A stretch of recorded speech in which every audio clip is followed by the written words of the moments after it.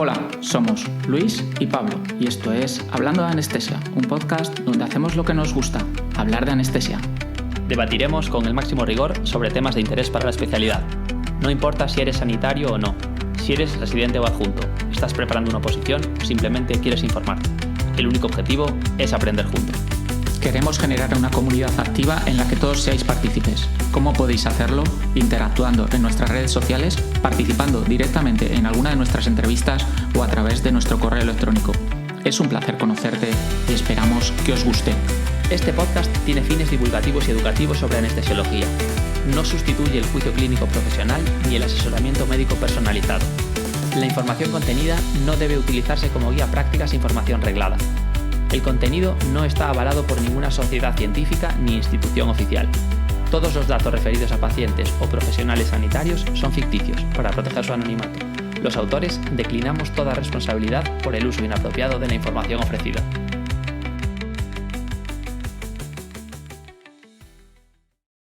Muy buenas, aquí estamos de nuevo hablando sobre la segunda parte de hemorragia masiva en tu podcast, Hablando de Anestesia. Continuamos acompañados con nuestro gran querido amigo Jorge, el hematólogo, que nos acompañó en el anterior episodio y estuvimos hablando sobre cómo funciona un servicio de transfusión, no banco de sangre.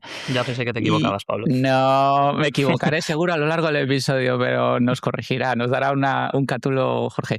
Entonces, hoy vamos a hablar sobre un caso clínico que tuvimos Luis y yo siendo su pupilo, él siendo mi adjunto, y en el que sudamos la gota gorda, una hemorragia masiva en una cirugía de resección hepática. Pues nada, bueno, Luis y Jorge, bienvenidos. Estáis aquí de nuevo, ¿qué nos contáis? ¿Qué tal, chicos? Oye, gracias por invitarme una vez más. Espero no haber sido muy pesado en el anterior podcast. Hoy os voy a dejar un poco más participar a vosotros, que al fin y al cabo sois los principales protagonistas en situaciones tan críticas como la que vamos a tratar. Gracias a ti, Jorge. Bienvenidos también Pablo y Jorge otra vez. Y nada, al revés.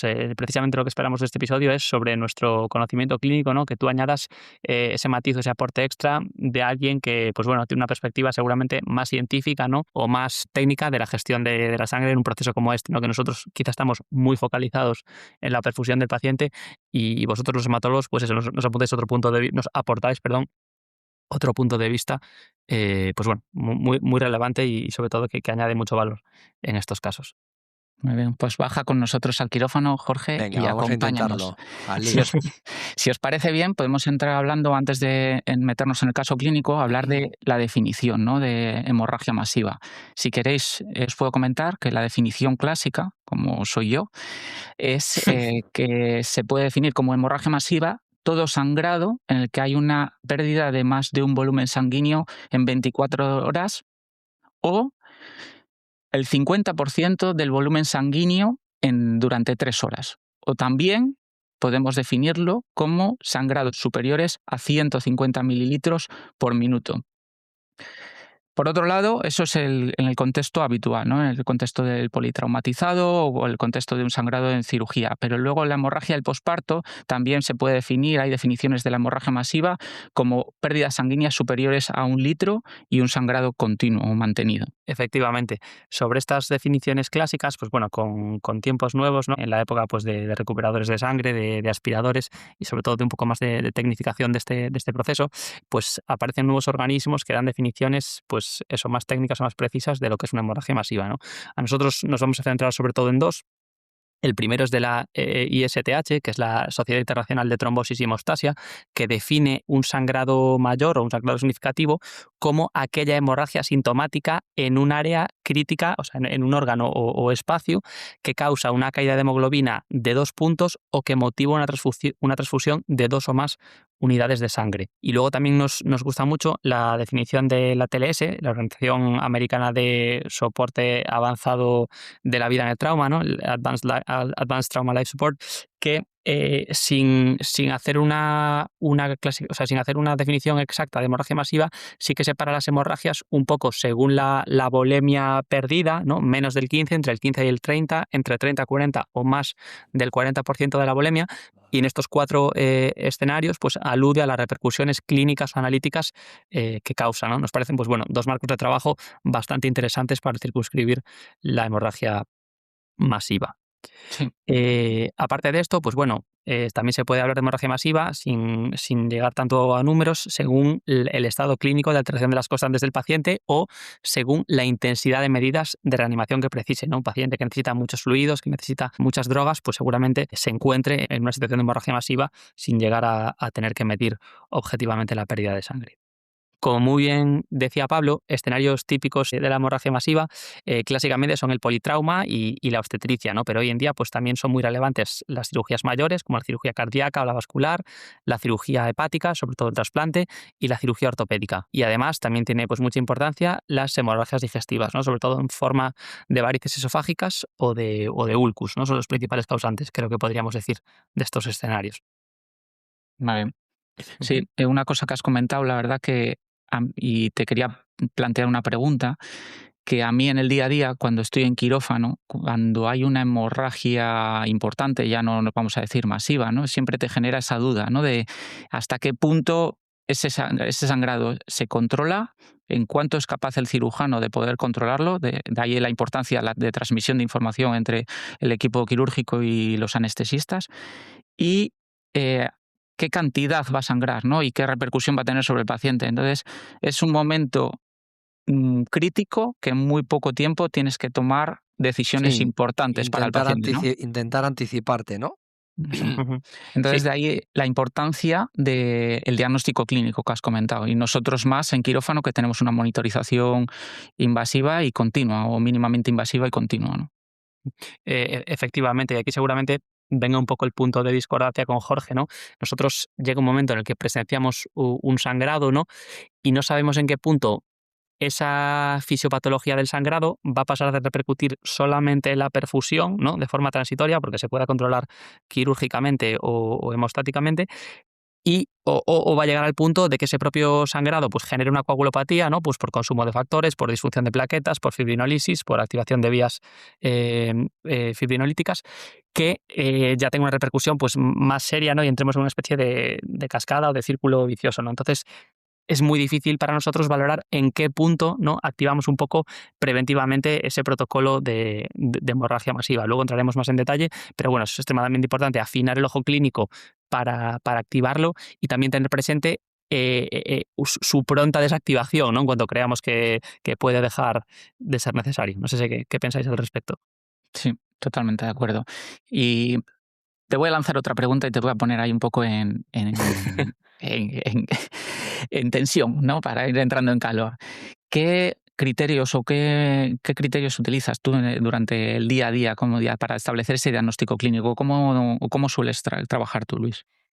Pues bueno, como tú muy bien has dicho, ¿no? Nuestra actividad está circunscrita al quirófano y nosotros sí que nos guiamos mucho o por alteración de las constantes vitales, ¿no?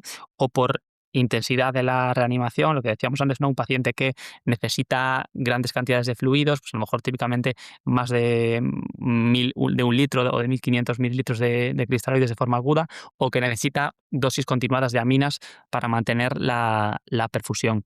Sí que es cierto que clásicamente tenemos que hablar de unos criterios que inicialmente están más enfocados al politrauma, pero bueno, se siguen describiendo actualmente, que son 3, ¿no? De más sencillo a más complejo. El más sencillo es el índice de shock, que es muy fácil, es dividir la frecuencia cardíaca entre la tensión arterial sistólica y si este cociente es mayor de 1, ¿no? Pensemos un paciente que tiene 120 latidos por minuto y tiene 100 milímetros de mercurio de tensión arterial sistólica, pues eso es 1,2, ¿no? Ya nos va a hablar a favor de, en un contexto de sangrado, de un shock potencial. Un poquito más complejo, hablamos de la escala ABC, que significa en inglés Assessment of Blood Consumption, que tiene 4 factores, que son, pues bueno, también la frecuencia cardíaca mayor de 120, la tensión arterial sistólica en urgencias de menos de 90 milímetros de mercurio, que el mecanismo lesional que provoca el shock sea una lesión penetrante o que tenga un ECOFAST positivo el paciente, ¿no? para líquido. Entonces, pues de esos 4 parámetros, si 2 o más son positivos, tendríamos una alta probabilidad de requerir una transfusión masiva en el paciente. Y por último, que no vamos a detallar porque tiene muchos elementos, se habla de la escala TASH, ¿no? Y el punto de corte aquí serían 15 puntos. Vale. Pero bueno, yo creo que, corrígeme si me equivoco, Pablo, lo que más usamos los anestesistas es un poco constantes vitales, ¿no? Quizás índice de shock y un poco la intensidad de reanimación.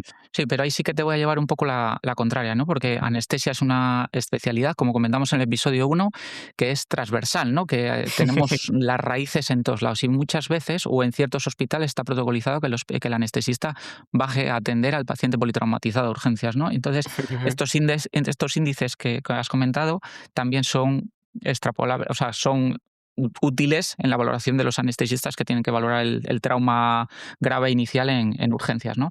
Y en cuanto al índice, o la clasificación TAS que has comentado, sí que hay una cosa que además recuerdo con mucho cariño, porque en el paciente este que tuvimos con sangrado me lo comentaste tú y a partir de ahí yo ya empecé a leer sobre ello y aprendí mucho sobre ello, que es el exceso de bases, ¿no? Que también lo comenta la clasificación de la ATLS, ¿no? De ATLS, efectivamente. Sí. Correcto. Entonces, por decir brevemente, es que un exceso de bases por menos de -2, o sea, inferior a -2, estamos en una situación pues de pérdida de volemia ligera, pero cuando ya estamos entre -2 y -6 ya podemos estar rondando a un 15 o un 30%, creo recordar que dice la ATLS, pero ya cuando sobrepasamos esos -6 ya empieza a ser una hemorragia moderada, tirando a severa, y en -10 ya es una hemorragia severa clara, ¿no? Y ya veremos a continuación, cuando hablemos del caso clínico, que exceso de bases ya empezaba a marcarnos un poco esa situación de poner las orejitas en alto, ¿no? Del pastor alemán cuando escucha ahí al dueño, ¡pum!, orejas en alto y atentos. Y otra cosa que quería yo comentar, Luis, perdóname, es que utilizamos mucho en quirófano ese ruido de los aspiradores, ¿no? El que cuando están aspirando los cirujanos, y nos pone un poco también esas orejas en alto, y que hay que recordar de la forma clásica de diagnóstico es que cuando sale por un aspirador más de 150 mililitros en un minuto, pues tenemos que estar muy atentos, ¿no? O en cirugías prolongadas, más de 2,5 litros en 3 horas, etcétera, ¿no? Recordar esas definiciones clásicas también. Totalmente. Siempre, preguntando a los cirujanos, ¿no? Insistiéndoles un poco porque, como nos recuerda la experiencia, a veces engañan un poco, pero sí, por supuesto, atentos a los aspiradores de quirófano. Y aprovechando tu pregunta, Pablo, y si te parece bien, precisamos también, un poco enlazando con ese exceso de bases, qué datos, ¿no?, en la analítica o en las pruebas a pie de cama del paciente nos pueden orientar también a que esa hemorragia que decíamos antes ha escalado, ¿no?, a un escenario donde no solo se compromete la perfusión, sino que se empieza a comprometer la coagulación del paciente y se puede autoperpetuar. Básicamente, la prueba más clásica con la que contamos es una analítica de coagulación, ¿no?, donde podamos ver pues que tenemos una plaquetopenia, que se alarga los tiempos o los ratios de protrombina o de tromboplastina, donde podemos ver que baja el fibrinógeno o que aumenta el INR, ¿no? Más a pie de cama podemos emplear, pues como tú muy bien decías, la gasometría, ¿no?, pues viendo ese exceso de bases alterado, ese lactato que se eleva por comprometer la perfusión, o incluso a veces también se produce, esto ya es en el contexto de la transfusión de sangre, una disminución del calcio iónico. Métodos más modernos serían pues los métodos viscoelásticos, ¿no? Los clásicos, ya no tan clásicos, el Rotemo o el TEG, que pues en más o menos entre 5 y 10 minutos ya te pueden dar una buena idea de cómo tiene la coagulación ese paciente, que luego los discutiremos con calma. Y por contrapartida, otra parámetro que se usa clásicamente, que yo por lo que estoy leyendo últimamente está un poquito más en entredicho, es la saturación venosa de oxígeno, ¿no? Que pues sí que es cierto que si está bien podemos hablar de que el gasto cardíaco está más o menos conservado, y si está mal, pues puede estar conservado o puede ser por otro motivo. A mí la verdad, personalmente, no es un parámetro que me encante. No sé qué pensáis, Jorge y Pablo, al respecto. Pues me gusta que traigas eso de la saturación venosa. Luis, siempre me tocas la fibra. No, ya te he dicho que yo soy más clásico, entonces me traslado ya hace más de 15 años. Cuando empecé mi actividad, si nos vamos a la campaña de la sepsis, el Surviving Sepsis Campaign, que era la primera campaña o de las primeras campañas, hablaban que saturaciones venosas, creo recordar, esto ya, claro, ha cambiado, saturaciones venosas de menos de 70% y con algo de anemia y que no respondía a fluidos, era un indicador de transfusión. Y luego eso ya se ha puesto un poco más en duda, ¿no?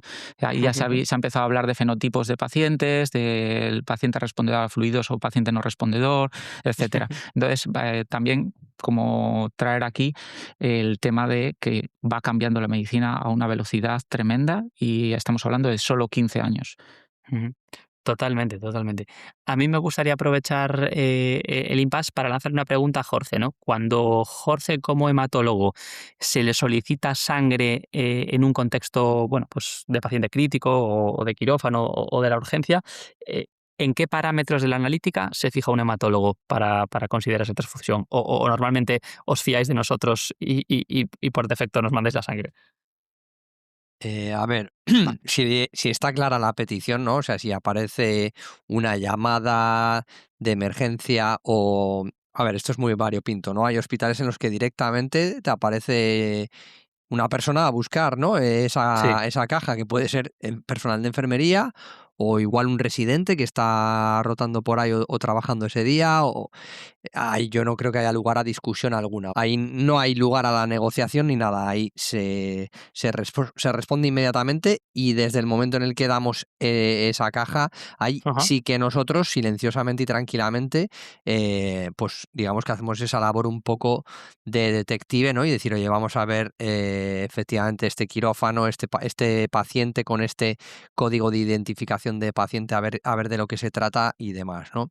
Entonces, vamos, yo creo que sí que cuando estás en el servicio de transfusión rápidamente identificas si tiene mala pinta, ¿vale? Y si efectivamente hay que parar las rotativas y centrarnos en este quirófano en concreto, que es lo que se hace. Yo sí que creo que eso, que digamos que se nota a veces incluso ni siquiera eso, ya os digo, ni siquiera da tiempo a que haya una llamada, por mucho que los protocolos están claros, ¿no? Como hay que activar un código H o un código de hemorragia masiva, pues luego la realidad es que son situaciones de guerra, ¿no? Yo creo que lo comentamos un poquito también en el anterior podcast. Entonces, rápidamente, simplemente el ambiente, ¿no? De cómo está surgiendo todo, te indica si, oye, esto es algo de verdad serio y se hace un silencio sepulcral. Me imagino que como en los quirófanos, ¿no? Que a veces estaréis más tranquilos y hay momentos como este, ¿no? En el que, bueno, pues todo el mundo está con el 100% de la concentración donde tiene que estar.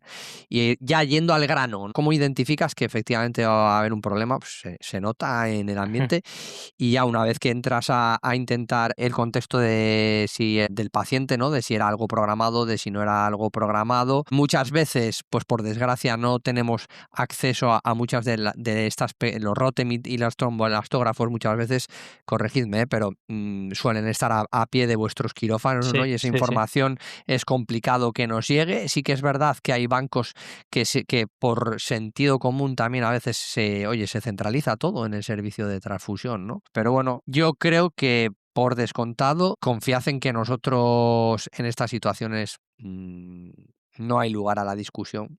Otra cosa es ya que ya hablásemos de cuántas veces he visto yo, ¿no? Pues que se active un código H, un código de hemorragia masiva y que finalmente pues no acaba siendo tal cosa.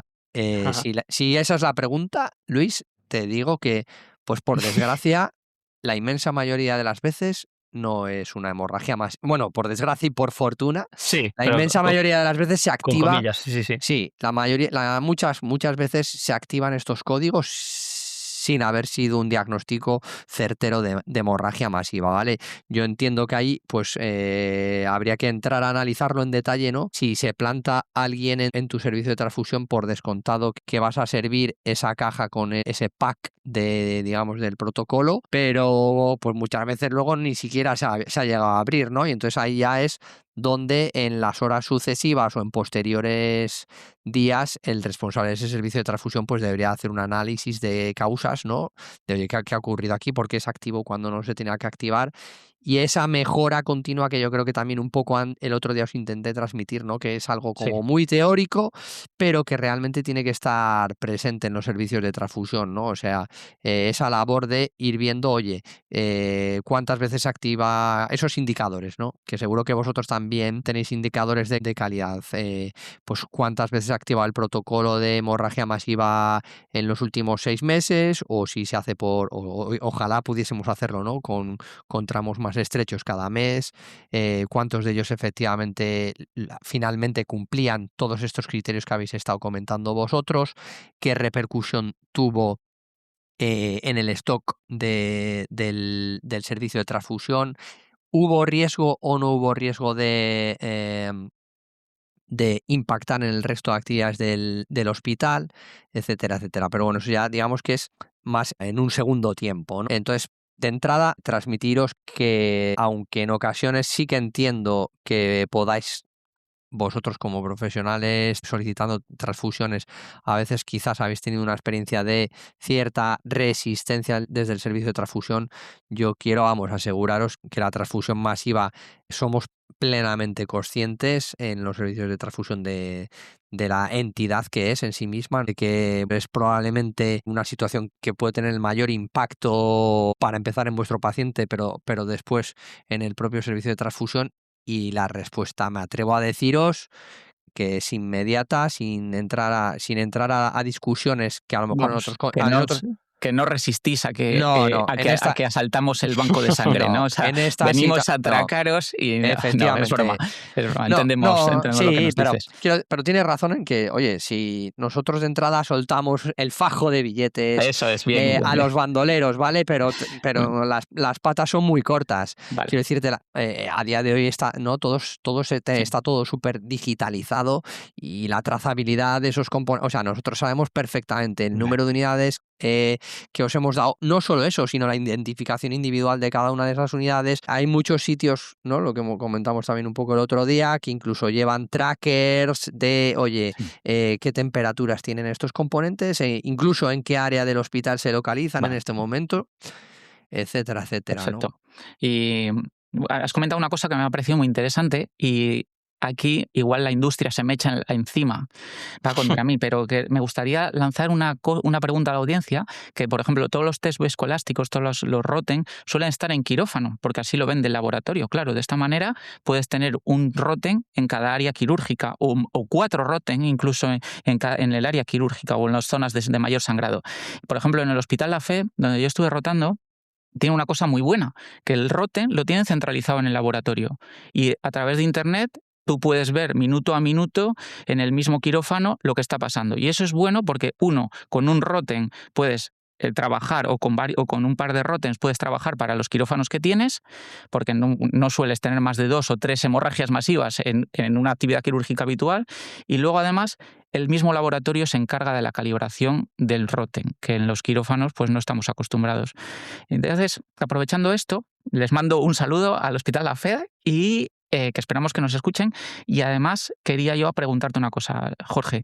¿Qué consideras tú una transfusión masiva desde el punto de vista del servicio de transfusión? Bueno, antes de meternos otra vez en teoría absoluta, quiero aprovechar tu comentario porque para meter también yo mi pequeña cuña. O sea, está claro que cuanto antes se pueda disponer, ¿no?, de un indicador analítico que os va a ayudar a vosotros a tomar la decisión, oye, si hay evidencia que demuestra que el tenerlo a pie del quirófano es ventajoso, adelante con ello.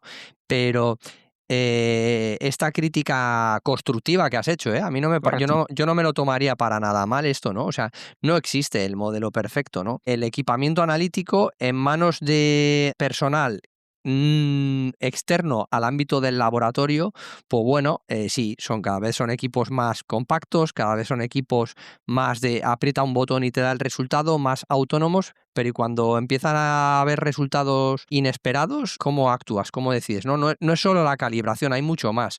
Yo, pues que trabajo todo el día en el laboratorio, cada vez soy más consciente de que la automatización, el que sean equipos que cada vez hagan las determinaciones más rápido, todo eso es ventajoso. Pero como profesionales que estamos en el ámbito del laboratorio, y creo que no hay que perder tampoco el fondo yo me uno a tu club en este sentido, Pablo, de que lo clásico también tiene un valor. O sea, el tener una capacidad de poder hacer alguna de esas técnicas o el máximo de esas técnicas, llegado el momento, imaginaos que hay un apagón, ¿vale? O sea, un apagón digital, como lo hemos visto ya cuando vino el WannaCry o en el contexto geopolítico en el que estamos ahora, pues el ser capaces también de una serie de determinaciones esenciales, como puede ser una coagulación. Seguramente a día de hoy hacer una coagulación sin un coagulómetro sea complicado en un hospital, y es una prueba que se podría hacer con poco más que un tubo, un cronómetro y poco más, ¿vale? Con personal formado. Entonces, yo siempre aprovecho a poner en valor ese conocimiento clásico que se está olvidando, porque lo estamos dejando todo en manos de cajas negras, que al final es lo que son los equipos de análisis, ¿vale? Y bueno, ya se nos está alargando ya esto. Ole por tu pequeño comentario, Pablo. Yo soy de tu equipo. Genial la tecnología, pero por favor, que tenemos que seguir tocando tripas, tenemos que seguir siendo capaces de trabajar, aunque nos devolviesen a la edad de piedra, ¿vale? Dicho esto, pues, ¿qué es una transfusión masiva? Pues cuando tenemos un buen lío, ¿no? Siendo claros, ¿no? Cuando tenemos un buen lío. Puede ser algo muy rápido y muy concentrado en el tiempo, ¿no? Pues por ejemplo, oye, que de repente te activan un protocolo de estos y te llevan una caja y te dicen, oye, que hemos transfundido los 5 concentrados de Matíes en un periodo súper estrecho de tiempo, pues por ejemplo 4 horas. Eso ya sería una transfusión masiva, evidentemente, ¿no? O sea, es que no has dejado prácticamente tiempo a que terminase la transfusión de un concentrado y has seguido con el otro. Pero también en el otro extremo, ¿no? Pues por ejemplo, a lo largo de 24 horas, un paciente que ha recibido más de 10 concentrados de Matíes, pues también se podría considerar una transfusión masiva, ¿no? Entonces, un poco en línea con lo que vosotros habéis comentado de la definición de hemorragia masiva, pues tenemos muchas pequeñas definiciones, ¿no? Porque son infinitos, ¿no? Los contextos clínicos que nos pueden llevar. Muy bien. Pues nada, si os parece, os comento un poco sobre una breve historia, ¿no? de los protocolos, cómo hemos llegado hasta nuestros días, ¿no? Muy brevemente, antes de meternos en el caso clínico. Todos los protocolos de transfusión ya comenzaron en la década de los 50. Ya la Armada de los Estados Unidos vio que había que hacer una asistencia de control de daños cuando sufrían los barcos. ¿Y qué quería decir eso? Que cuando se dañaba un barco de combate, reparaban lo justo y necesario para acabar el ataque. De esta manera, esto se llevó a quirófano y se empezaron a hacer las cirugías de control de daños. Lo que consistían era intentar solucionar los daños que podían producir una lesión vital para el paciente en los próximos inmediata, se solucionaba eso y la siguiente reparación se haría más adelante. Ya después de la Segunda Guerra Mundial o hasta la Segunda Guerra Mundial se utilizaba sangre total, que ya hablamos en el anterior episodio, y ya a partir de mitades de ese siglo se empezó a hablar del fraccionamiento de los componentes sanguíneos. Y ahí se vio que pues, tenía este fraccionamiento, pues, mejoraba la eficacia logística, los costes y optimizaba ese suministro. Ya en los años 2000 es cuando nos damos cuenta que hay muchas muertes debido a un sangrado masivo en los pacientes politraumatizados, y esto nos dimos cuenta que era secundario a la coagulopatía que se producía durante una hemorragia masiva y al exceso de líquidos que transfundíamos. Este exceso de líquidos llevaba a una mayor coagulopatía todavía más y además a un síndrome compartimental. Y de esto se sacaron como los 3 mandamientos de la reanimación del control de daños, que eran la hipotensión permisiva, que luego hablaremos de ello, minimizar el uso de esos cristaloides y una reanimación hemostática. De esta manera se vio que lo importante era conseguir una buena hemostasia y mantener oxigenando a nuestros pacientes. Y ahí surgieron todos los protocolos de transfusión masiva que ya comentaremos durante el caso clínico. Y como ha comentado Luis, pues la importancia ya en las últimas décadas de los test viscoelásticos a pie de cama para controlar, tener una referencia inmediata o en pocos minutos para saber qué tenemos que corregir en cada paciente. Y ahora, si quieres, Luis, pues podemos meternos en el caso clínico. Pues muchas gracias por este contexto histórico, Pablo, pues nada, os presento un poco el caso a Jorge y a ti, que tú quizá lo recuerdes, como yo, un poco memorias de Vietnam. Sueño Yo estoy colinero. súper intrigado, quiero decir a vuestra audiencia que no sé no conozco el desenlace del caso, No, no, así que no. estoy tan emocionado como, Por, como, por- por como la supuesto, bueno, audiencia. la idea es un poco revisitar el caso, pero contándolo, pues, ¿no? Pues cómo sería una actuación ideal, pues con evidentemente Pablo y yo casi 10 años más de experiencia como anestesistas y sobre todo contar, pues, ¿no? Con la ayuda en directo de un hematólogo para guiar un poco la terapia. Es un Jorge, poco paja por quirófano con nosotros, tío. Ojalá, Perdón. ojalá para el futuro. Pues nada, esto era una mujer, creo recordar, de casi 60 años, que se estaba interviniendo de una cirugía de un colangiocarcinoma, ¿no? La cirugía planificada era una hepatectomía derecha ampliada, con un acceso por una laparotomía subcostal. Y la verdad es que, corrígeme, Pablo, si me equivoco, pero creo que era una mujer que no tenía muchos antecedentes de interés ni tomaba mucha medicación a priori, pues una paciente razonablemente normal, no había recibido quimioterapia preoperatoria, vamos, de no ser por la pedazo de cirugía que tenía planificada, pues nada especial. Y ya empiezo disparando preguntas, ¿no? Venga.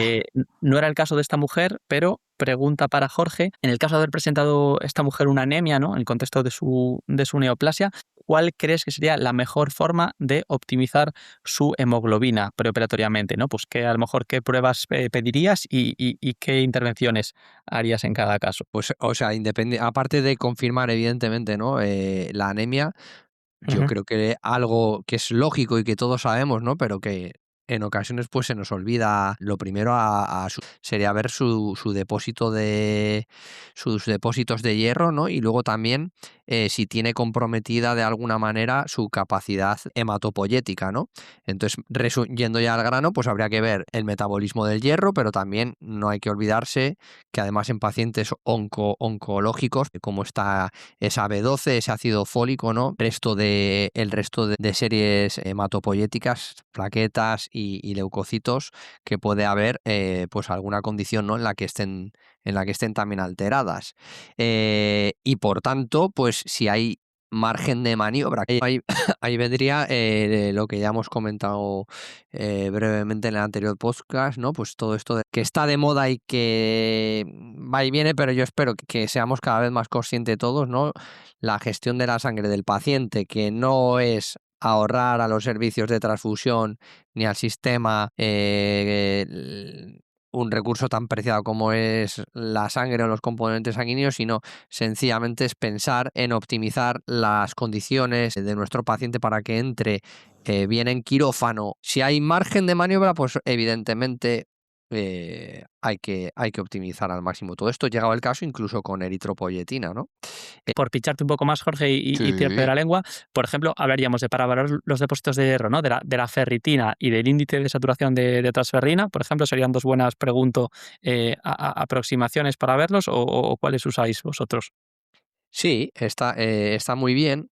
Luego hay una molécula que no sé si os suena, está bastante de moda, es la hepcidina. La hepcidina tiene que ver efectivamente tiene que ver con la capacidad de absorción del hierro, ¿vale? Es un muy buen biomarcador. Hay biomarcadores por explorar, sin lugar, ¿vale?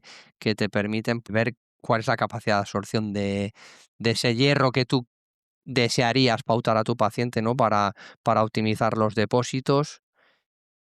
Perdona, Luis, me gustaría comentar un caso que, que tuve yo cuando estuve en urgencias, cuando trabajaba en urgencias, de un paciente que venía con una disección de aorta que podía ser, por la lesión que tenía, el tipo de lesión que tenía era demorable, ingresó en cuidados intensivos y era testigo de Jehová, con una hemoglobina de 10. Entonces, a este hombre, como claro, no quería que se le transfundiera, y lo que se hizo es ponerle EPO hasta elevar la concentración de hemoglobina, como curiosidad, ¿no? Súper interesante, ¿no? Esto que has comentado, Pablo, porque eh, el tema de los testigos de Jehová, como comprenderéis a los que estamos en servicios de transfusión, pues es un tema que viene y que va. Yo personalmente también he tenido alguna situación bastante, pues eso. Al final, viéndolo como profesional, ¿no? Y con una mentalidad, respetando, por supuestísimo, ¿vale? O sea, lo primero es el respeto a las decisiones individuales, eso hay que tenerlo clarísimo, pero desde un punto de vista científico, pues a veces ves cosas, ¿no? Oye, no quiero que me pongas concentrados de Matíes, que si recordamos el último podcast, ¿no? Realmente un concentrado de Matíes no es sangre total, ¿no? Que el principal problema de los testigos de Jehová es el concepto de que no pueden ponerte la sangre de otra persona. Un concentrado de Matíes ni siquiera tienen núcleo, ¿no? Los hematíes, como estudiábamos en la universidad. Entonces, pues bueno, ¿qué diferencia entre que yo te transfunda a ti un concentrado de hematíes o que te ponga, pues eso, una hormona producida por unas bacterias en un laboratorio farmacéutico, o las gamma-globulinas famosas que también comentamos brevemente el otro día? Esas también las aceptan los testigos de Jehová cuando son hemoderivados, o sea, vienen de... Entonces yo creo que, y sinceramente confío, en que los guías espirituales de todas estas personas que tienen estas creencias, sí, lo digo en serio, en algún momento se paren a pensar que un concentrado de Matías sencillamente son unos corpúsculos celulares que ni siquiera tienen núcleo, que no tienen ninguna capacidad proliferativa y que lo único que se encargan es transportar el oxígeno y permitirnos vivir. Es así. Perdón por la cuña. No. Había que aprovechar. Me parece bien explicado, que la verdad es que nunca lo había planteado así, pero tiene todo el sentido. Entonces, depósitos de hierro, si están bajos, intentamos poner hierro. Discutimos en el futuro tipos de hierro. Si el hierro está bien y tenemos algún tipo de alteraciones de las series hematopoyéticas debidas al efecto de vitaminas, tendría sentido, corrígeme Jorge, poner vitaminas, ¿no? Eso es, podría hacer, no, lo más fácil es que sea un déficit de ácido fólico, ¿no? O folato, ya habría que poner el típico Acfol, ¿no? También podría ser una B12. Efectivamente.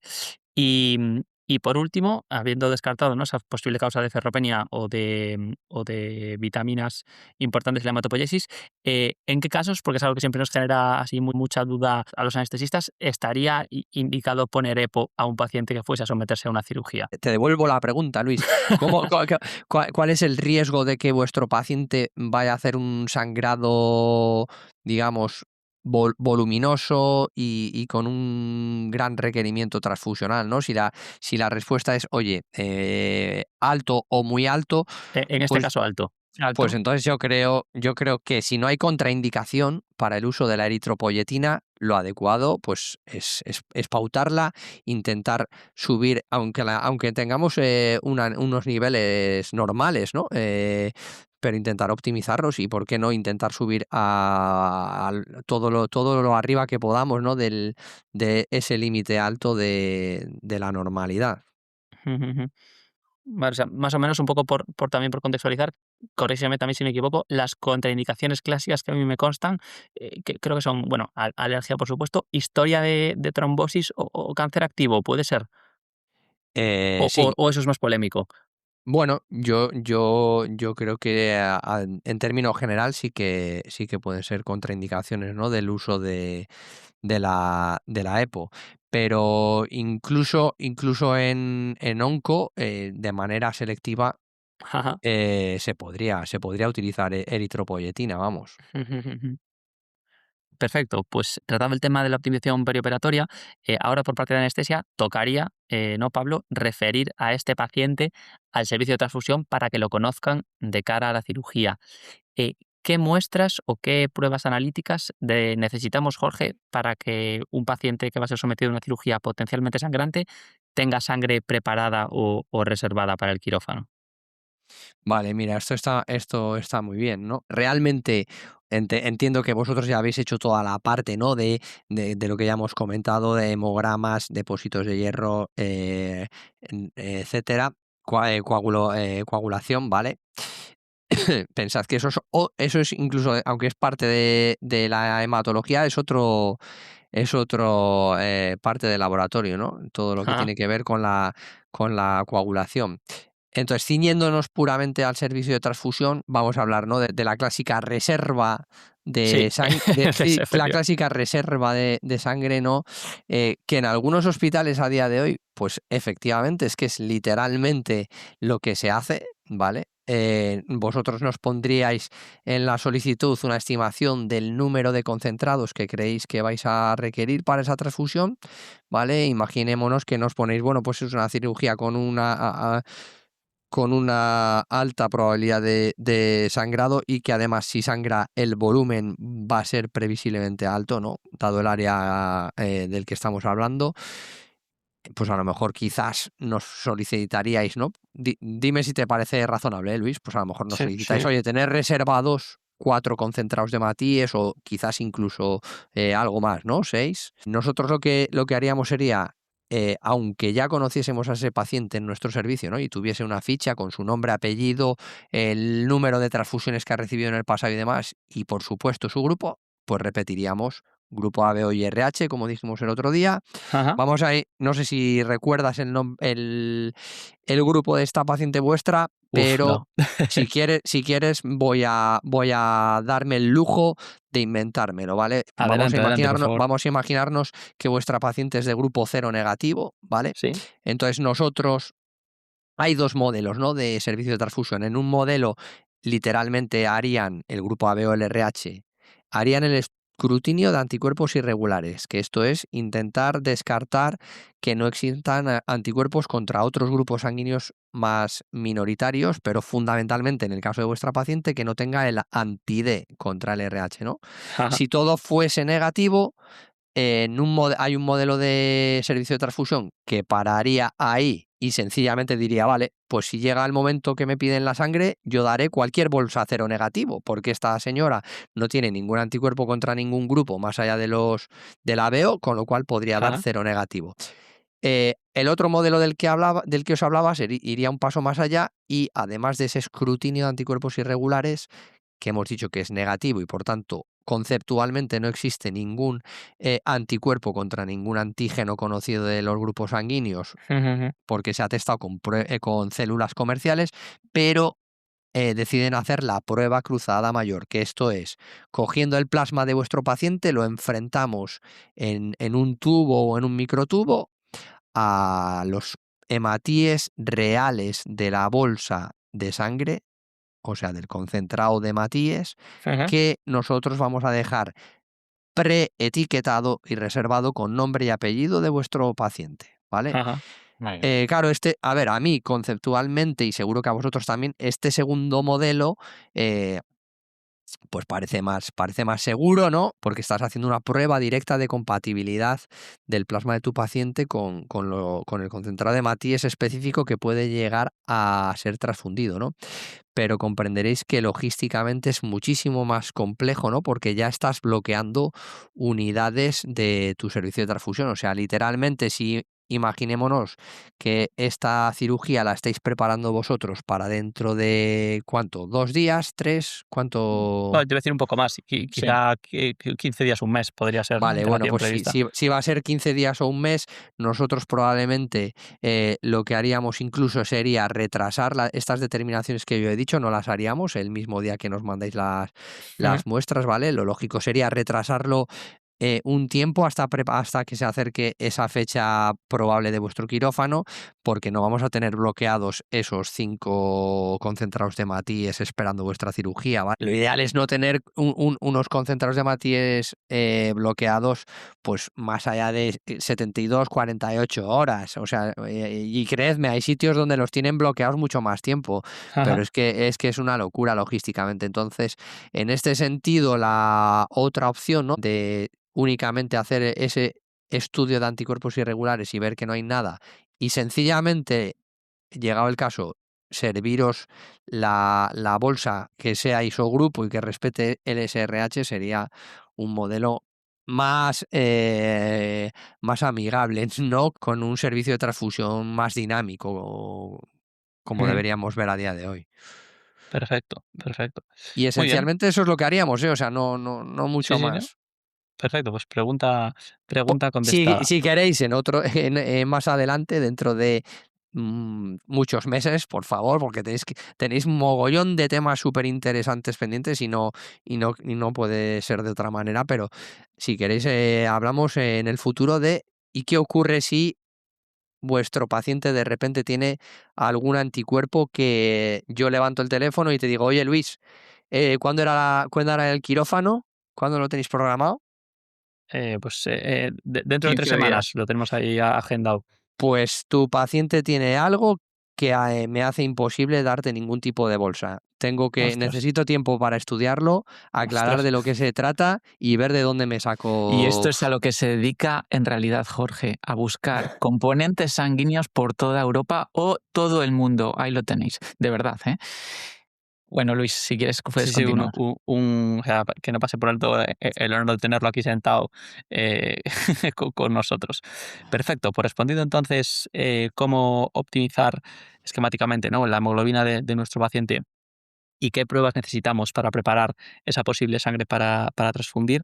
Ahora le lanzo una pregunta a Pablo, ¿no? Vamos a dar un salto temporal. Ya tenemos a la paciente en el antequirófano, hemos hablado con ella, nos hemos presentado y bueno, llegamos al quirófano y tenemos que preparar, ¿no?, junto con la enfermería, dispositivos, monitores para someter a la paciente a esta cirugía, teniendo en cuenta, ¿no? Es un comodín que seguramente pues es una cirugía potencialmente sangrante, ¿no? Pues, ¿qué cosas o qué monitores y qué dispositivos tendríamos que tener preparados, Pablo, para esta cirugía? ¿Qué se te ocurre?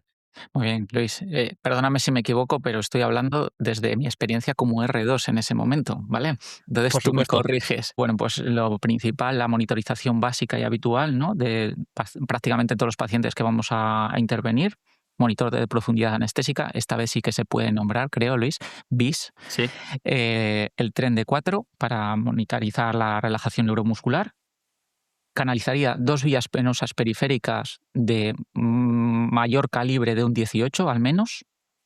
Ujú. Probablemente, y casi seguro, me plantearía canalizar un acceso venoso central a nivel de la yugular o subclavia, dependiendo de la familiarización del anestesista de ese momento. Y Ujú. digo probablemente porque ya cada vez la cirugía está mejorando tanto que en los protocolos ERAS y todo ya se están quitando todas las vías centrales. Hemos pasado de unos años que se canalizaba vías centrales prácticamente a todas las cirugías de gran calibre a prácticamente ahora canalizar muy pocas, ¿no? Sí, Ujú. simplemente nos la limitamos o al paciente que viene inestable ya o el paciente que va a necesitar nutrición parenteral en un futuro. Le Sí, sí, colocaría sí. una sonda vesical con sensor de temperatura, calentador de fluidos y canalizaría una arteria. Luego, aparte Ujú. ya un poco de esta monitorización primordial, pues nos podríamos meter en medias de compresión neumática, nos podríamos meter en la analgesia que tanto me gusta a mí, que es el tema, pues nos podríamos plantear si una analgesia por vía epidural o una raqui con morfina, pero porque hay que tener en cuenta que va a ser sometida a una laparotomía, una laparotomía subcostal y es de un dolor importante, ¿no?, en el posoperatorio. Y ahora sí que te voy a preguntar a ti, o voy a lanzar la pregunta a nuestra audiencia al aire de si utilizaríamos un recuperador de sangre en una paciente oncológica. Si quieres te contesto yo, mi idea. Pues sí, a ver, yo creo que estás tú más puesto Venga, yo en este tema. Como R2 que me lo acabo de repasar un poco, Sí, sí, no, pero eso te iba a decir yo. Yo, vamos, me acuerdo, no sé si en ese momento también debatimos el caso. Yo, repito, corrígeme si me equivoco, pero juraría que sí se puede usar, ¿no? O contéstame tú, Pablo. pues es llamativo, ¿no? Porque yo creo, y por eso que me gusta transmitir la pregunta a la audiencia, porque seguimos pensando, vamos, o no utilizando recuperadores en paciente oncológico, ¿no? Por el Ujú. tema de riesgo de distribución de estas células neoplásicas en el momento de reinfundir la sangre recuperada del lecho quirúrgico.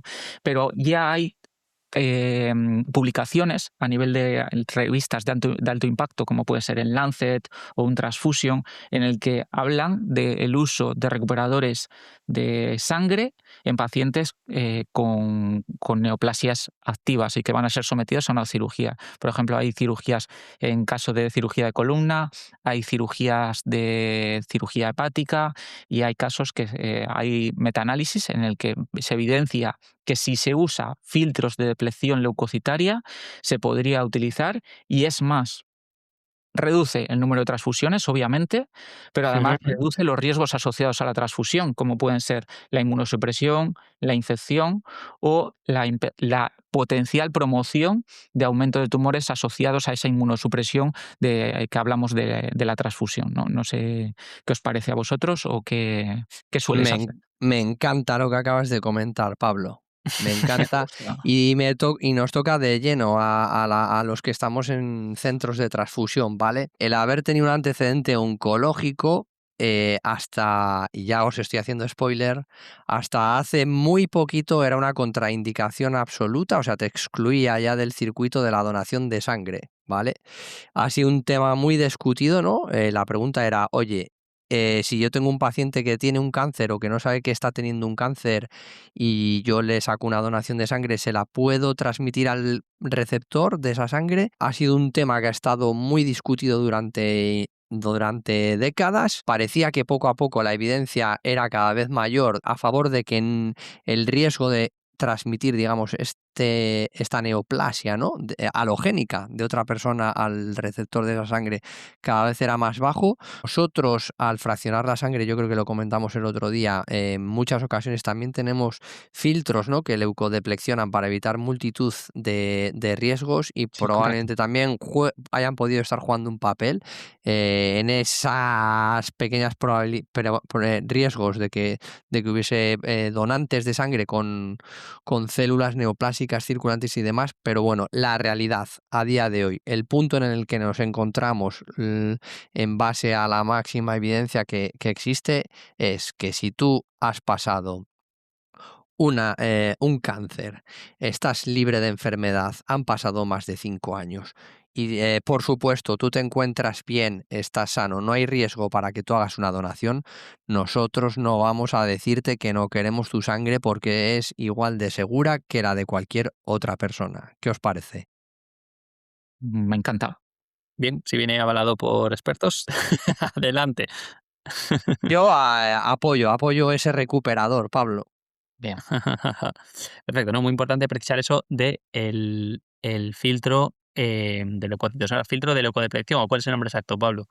Filtro de deplección leucocitaria. Filtro de deplección leucocitaria. Efectivamente, pues sí, yo, por supuesto, partidario también. Siguiente pregunta para Pablo Oh, respecto al ahorro de sangre. Y esto va con un poco de malicia porque fue una cosa que leí hace poco y me llamó bastante la atención. ¿Usarías, Pablo, en aquel momento ácido tranexámico como profilaxis para el sangrado durante la cirugía? yo quiero recordar que no lo usamos, porque nos adelantamos a lo publicado en 2024. Creo que piensas tú, ¿no? En el estudio ELIX, ¿no? Que es Eh, hemorragia durante la resección hepática, ¿no? ¿Puede ser? Efectivamente, Eso tal es, cual, sí, sí, eso es, te veo eso perfectamente es. actualizado. ¿Has Pero visto? Dime, dime. fíjate que fue una cosa de la que yo me arrepentí a posteriori y parece ser que luego, pues bueno, la evidencia amparó un poco lo inocente de nuestra decisión, ¿no? Un poco, pues eso, hay muchos escenarios en los que está descrito poner el ácido tranexámico profilácticamente como antifibrinolítico, ¿no? Pues sobre todo pues en cirugía cardíaca, cirugía ortopédica mayor, y muchas veces se preconizaba en la cirugía hepática o en el trasplante, pero salió en JAMA un estudio llamado ELIX en el que se ve que, bueno, pues que no aportaba mucho beneficio poner ácido tranexámico sin evidencia de fibrinolisis, ¿no? Que no ahorraba sangre y que sí aumenta complicaciones. Aprovechando el impasse, ¿no? Que el tranexámico tiene mucho sentido usarlo en las primeras horas de un politraumatizado o de una hemorragia obstétrica. Es importante en pacientes con un traumatismo craneoencefálico severo evitarlo, y sobre todo también en pacientes con riesgo de epilepsia evitar las dosis altas. Y luego otra cosa que también yo creo que tenemos muy grabado de nuestros pacientes de urología en la URPA, que mucho cuidado de los pacientes con hematuria, ¿no? Por la obstrucción con el tranexámico. Y te puedo hacer una pregunta, Luis. ¿A qué Por llamas favor. dosis altas de ácido tranexámico? ¿Qué dosis utilizarías? Pues muy buena pregunta. Yo creo que las las que están descritas para casos de epilepsia, y fíjate, hace poco tuvimos nosotros una en nuestro hospital, creo que está sobre todo referido a la cirugía cardíaca, ¿no? En las que se ponen perfusiones del orden entre 25 y 30, perdón, entre 25 y 50 miligramos por kilo y por hora, ¿no? O sea, pues, bueno, bastante lejos de lo que solemos usar Sí. nosotros en quirófano para otro tipo de cirugías. Muy bien, pues vamos a hacer otro salto hacia adelante en el tiempo, ¿no? Vamos a pensar que ya tenemos a nuestra paciente perfectamente monitorizada, la anestesiamos sin problema, comienza la cirugía y pues bueno, los cirujanos hacen su laparotomía subcostal, pasan 1 hora y media, llegan al hígado y comienzan a hacer las clásicas maniobras de Pringle. Y pues bueno, esto pues esta disminución de precarga hace que nosotros necesitemos pasarle bolos de fluidos a la paciente, un poco de efedrina. Pero después de varias maniobras, pues nuestra enfermera circulante nos avisa que las compresas del campo comienzan a salir bastante empapadas de sangre, ¿no? Nosotros, Mamá. siguiendo un poco el protocolo, preguntamos a los cirujanos que si está pasando algo, que cómo van, y dicen que no nos preocupemos, que están disecando la pieza, que la paciente ha sangrado lo normal, y pues bueno, nos miran así un poco con cara de incredulidad, nos ven que somos gente imberbe y con la piel tersa, y nos dicen que sí es la primera vez que estamos en una cirugía hepática y nos estamos asustando o algo. A lo que yo contesto, Nosotros, sí, es mi primera vez. la verdad es que sí. Puedes continuar. La verdad es que sí lo era. Miramos el monitor y la paciente no muestra ninguna alteración relevante de las constantes, pero como somos gente precavida, decidimos extraer una gasometría arterial, ¿no? En ella pues ya vemos cosas que a lo mejor nos mosquean un poco. La paciente tiene un pH de 7,30, un poquito acidótica, ¿no? La PO2 es normal, incluso alta, de 126. La PCO2 es 37, porque la tenemos perfectamente ventilada.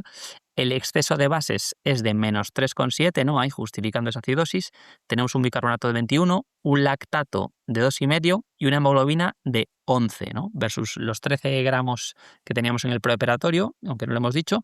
Ahora tenemos 11 de hemoglobina, 2 puntos de caída con constantes normales. ¿Qué os sugiere Jorge y Pablo la gasometría y si creéis que estaría indicada hacer alguna maniobra a corto plazo? Pues como hemos comentado antes, el tema en los diagnósticos clínicos y analíticos, ¿no? Ya las orejas de ese pastor alemán se me empiezan a levantar, ¿no? Porque empieza a haber un exceso de bases de menos 3,7, que según lo que hemos dicho antes, empieza a ser en torno a un 15, un 30% de la bulimia de la paciente, ¿no? Entonces ya es para estar un poco en entreaviso. Y por otro lado has dicho un dato muy importante, que es que ha caído 2 puntos la hemoglobina en lo que llevamos de cirugía. Es importante que estemos ya en entreaviso y teniendo en la cabeza una posible transfusión más pronto que tarde, o si continúa sangrando. Y luego hay una cosa que a mí me gusta mucho en los monitores y que seguro que muchos de la audiencia lo utilizan, es que además lo aprendí de un adjunto al cual le tengo mucho cariño, que es poner las mini tendencias en el monitor y saber un poco esa tendencia de la frecuencia cardíaca, tenerla Sí, sí, sí, sí. monitorizada, y esa tendencia de la tensión arterial también tenerla monitorizada, a ver un poco hacia dónde va, ¿no? No sé si tú también lo utilizas, Luis. Sí, la verdad es que es cierto que, bueno, menos de lo que me gustaría, porque parece una tontería, pero como exige que cambies tú la pantalla del monitor, depende un poco del caso, ¿no? Me gustaría usarla siempre, pero la verdad es que solo la acabo yendo a buscar cuando creo que va a ser alguna cosa compleja o que necesite. Pero es una cosa extremadamente útil, ¿no? Aporta muchísima información, eso, ¿no? Con un vistazo de la pantalla, pues ver claramente una frecuencia al alza, una tensión a la baja o una capnografía también a la baja, que pues bueno, aporta mucha información, por supuesto. Vale, muy bien, pues permanecemos vigilantes, agudizando los sentidos, los cirujanos siguen operando y 30 minutos después de salvar esta pequeña crisis, vemos que la paciente no recupera ya la tensión hasta una cifra normal después de la última maniobra de Pringle. Volvemos a preguntar a los cirujanos y por fin ya reconocen que está un poco sangrona, que a ver si le podemos pasar plaquetas o tranexámico o algo, porque bueno, empiezan a notar ahí que en el campo falla, ¿no? la hemostasia primaria. Nosotros somos gente previsora y preocupada por la perfusión. Decidimos estabilizar a la paciente iniciando noradrenalina por nuestra vía central. Sacamos una nueva gasometría y viendo ya que esa tendencia de la hemoglobina va a la baja, solicitamos un concentrado de Matías, ¿no? Para que lo vayan trayendo del servicio de transfusión. Entonces, me gustaría aquí preguntarte, Pablo, ¿qué objetivo de tensión tendrías tú en este caso, ¿no? Viendo un poco lo que se está gestando en el campo quirúrgico y qué fluidoterapia emplearías mientras no te llega la primera bolsa de sangre? Vale, pues la primera pregunta, difícil de responder. Las guías lo que dicen es que hay que mantener una hipotensión permisiva, ¿no? ¿Y qué consideramos hipotensión permisiva? Y qué no va a dañar los órganos diana, ¿no? Y eso es difícil, porque en la literatura sí que se sabe que está a partir de 60-65 en una paciente normotensa, puedes asegurar la perfusión a los órganos diana. En los pacientes hipertensos o con otras patologías, igual necesitas una presión arterial media, pero en el sangrado masivo igual nos tenemos que ir ya a presiones arteriales medias en torno a 50. Te diría que es difícil, o sea, tampoco sería muy categórico, pero estaría entre 50 y 60 milímetros de mercurio. Y luego, en cuanto a cómo aguantaría a nuestro paciente a la espera de los concentrados de Matías o esa primera caja, pues sería con vasopresores, como has comentado, ya habíamos empezado la noradrenalina, y por otro lado, iniciaría una sobrecarga con cristaloides balanceados en principio, ya que bueno, pues es lo que ha demostrado que, uno, no vas a producir una acidosis hiperclorémica, o no utilizaría, por ejemplo, en principio coloides, por el riesgo que tiene de reacciones alérgicas o que puede aumentar la coagulopatía o otras complicaciones que pueden estar asociadas a los coloides, porque como comentó Jorge en su momento en el anterior episodio, los coloides, entre ellos la albúmina, no deja de ser un hemodderivado y bueno, pues puede tener también ciertos riesgos, ¿no? Luego, importante no exceder ese 1,5 litros que dicen las guías, y por el tema de que si haces una sobrecarga de volumen en exceso vas a favorecer la coagulopatía y por otro lado el riesgo de síndromes compartimentales a nivel abdominal.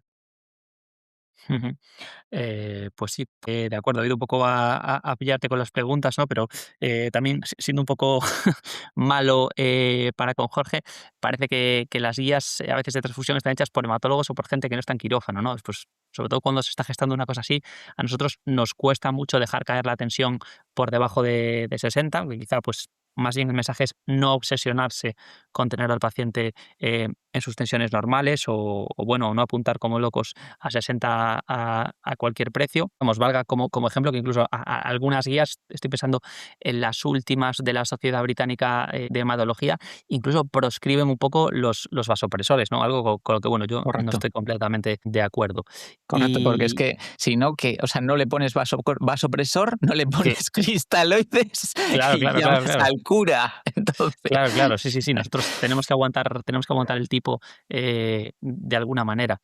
Y sobre todo respecto a los coloides, pues bueno, sí que es cierto que en las guías de trauma y las últimas guías de hemorragia, estas que comentaba, de británicas, eh, los proscriben, ¿no? Dicen que pues cristaloides y sangre en cuanto lo tengamos, pero sí que es cierto que nosotros muchas veces en el medio, ¿no? A lo mejor llevamos pues 1,5 litros o 2 de cristaloides, no llega la sangre y a veces pues bueno, puntualmente una gelatina sulfinada o una albúmina, ¿no? Que es de lo poco que nos queda en nuestro arsenal, especialmente la albúmina en pacientes cirróticos, pues nos pueden ayudar a aguantar un poquito el tipo antes de que llegue la sangre, que estamos de acuerdo que es lo que de verdad se necesita de hecho, hace para una un par de hemorragia. años o un año salió una publicación en el Intensive Care, ¿no? Que era, creo recordar, que hablaba sobre las bondades de la albúmina, ¿no? Sí. En cuanto a la protección del glicocális, favorecía la diuresis, etcétera, ¿no? Que estaba tan ahí un poco en Demonizado. entredicho. Eso es. Ujú, efectivamente. Muy bien, pues siguiendo con nuestra con nuestro caso novelado, mientras sales a hacer esa segunda gasometría, ¿no? Tranquilamente a la puerta de quirófano, viene a avisarte corriendo la enfermera circulante y que dice que la paciente está muy hipotensa, ¿no? Tú pues dejas lo que estás haciendo, vuelves corriendo al quirófano y los cirujanos te miran un poco entre apesadumbrados y avergonzados y ves que en el monitor, pues bueno, está pitando hipotensión y ves ahí un glorioso 5,3 en el monitor de tensión junto a una débil onda de pulso, ¿no? Pues, ¿cuál sería ahora mismo tu actitud? Es obviamente llamar a mi gran amigo Jorge y decirle: Jorge, I need your help. necesito tu ayuda. Vamos a activar el código H y mientras tanto vamos a mantenerlo con fluidos, con aminas, como hemos comentado, controlar la temperatura, asegurar una correcta oxigenación y decirles a los cirujanos que aprieten el culo y que intenten corregir el punto de sangrado y ya empezaría a plantearme, empezaría a administrar fibrinógeno en torno a 3-4 gramos y ácido tranexámico probablemente, pero ya estaba extrayendo un tubo de sangre para hacer un test viscoelástico en ese momento. Sí, es excelente, nada que añadir ahí. Y ahora ya lanzo una pregunta para Jorge, ¿no? Asumiendo, pues bueno, que se puede activar ese código H, mandamos la solicitud, mandamos una analítica y la prueba viscoelástica que comentaba Pablo. Muy importante, solo me gustaría recalcarlo, ¿no? La importancia un poco también, enlazando con la gestión de crisis, de explicitar activamente, ¿no? Que estamos ante un problema muy importante y de estar en comunicación permanente, tanto cirugía como hematología, como anestesia, para darle el mejor cuidado a ese paciente. Entonces, a mí me gustaría preguntarle a Jorge que cuál es la composición inicial de las primeras cajas de un protocolo de transfusión masiva, si variante hospital, si hay algún tipo de estándares clínicos o si quieres comentamos las de cada hospital en las que trabajamos. Sí, está muy bien. A ver, el caso este que estamos novelando, yo no sé si vosotros lo vivisteis como yo os lo voy a plantear ahora, pero yo veo un punto muy fuerte, ¿no? A lo que de momento hemos contado, ¿no? O sea, era una cirugía programada, con lo cual técnicamente incluso podríamos haber llegado a negociar el hecho de que tuvieseis ya los componentes sanguíneos etiquetados para esta señora que hemos dicho antes, ¿no? En el propio quirófano. Con lo cual podréis tenerlo al lado de vuestro gasómetro y llamar al servicio de transfusión si la cosa va a mayores, ¿no? O, oye, que sepáis que que ya hemos abierto esta primera caja, ¿no? No sé si fue así como lo vivisteis en su momento, pero a mí me parece un escenario bastante habitual en alguno de los quirófanos que yo sí que conozco a día de hoy. No sé si coincidís. Sí, yo creo recordar, hombre, póngase de manifiesto que este caso es un poco ejemplificando, ¿no? La inexperiencia de Pablo y mía en anticiparnos a esa cirugía potencialmente sangrante, pero creo recordar en el hospital donde trabajo actualmente no se hace y creo recordar que donde nos formamos Pablo y yo solo había sangre directamente en quirófano, en los quirófanos de cardíaca. Vale, bueno, vamos a asumir que no la tenemos en el quirófano, ¿vale? Aunque habíamos hecho nuestro trabajo, ¿no? Habíais hecho vuestra consulta prequirúrgica, habíais optimizado ese hierro. Antes, mira, voy a aprovechar a meter una pequeña cuña que antes me has preguntado tú, Luis, y en Sí. esa consulta hubiese estado muy interesante y mira, y espero abriros esa curiosidad que siempre está bien, ¿no? E intentar unos a otros abrirnos nuevas curiosidades, ¿no? ¿Conocéis la hemoglobina reticulocitaria? No, Ilústranos, por favor. no me No, suena, la no, verdad. a ver, tampoco es algo con lo que yo esté muy habituado, ¿vale? Pero el concepto esencialmente, y esto sí que creo que yo prácticamente ya en cualquier hospital lo podréis solicitar, y que seguro que en las próximas consultas prequirúrgicas de algunos pacientes lo vais a pedir. Ya lo siento por el gasto que le vais a suponer al sistema, pero vais a sacarle rendimiento. Claro, cuando tú pides una hemoglobina, ¿no? Imaginémonos, esta señora en vuestra consulta prequirúrgica, pues que tuviese esos 13 que hemos comentado antes, ¿no? Bueno, pues es una cifra razonable, ¿no? Aceptable, paciente oncológica además, pero claro, esa es 10, 15 días antes de vuestro quirófano, ¿vale? Si nosotros le hubiésemos hecho a esta señora una hemoglobina reticulocitaria, esto es una determinación que a día de hoy muchísimos equipos de hematimetría pueden hacer rutinariamente. Consiste en medir la hemoglobina, pero específicamente en los reticulocitos, o sea, en Ajá. las células, en los glóbulos rojos más jóvenes, con lo cual es un mejor indicador de cómo está siendo la hemopoiesis en los días sucesivos de esa paciente. Digamos que es un medidor más funcional, ¿no? Puede ser por una mezcla de depósitos de hierro, pero pues también por la propia situación de la médula de esa paciente, ¿no? Imaginaros que la hemoglobina reticulocitaria, en vez de ser esos 13, pues fuese de más baja, ¿no? 11, Sí. 10. Entonces es un marcador más realista de la hemoglobina que os vais a encontrar vosotros en quirófano dentro de unos días. Con lo que me parece que es un muy buen biomarcador para personas de vuestro perfil, para anticiparos, haceros esa pregunta de un poco de la bola de cristal, ¿no? Y decir, oye, ¿cómo va a estar la hemoglobina de mi paciente dentro de unos días, ¿no?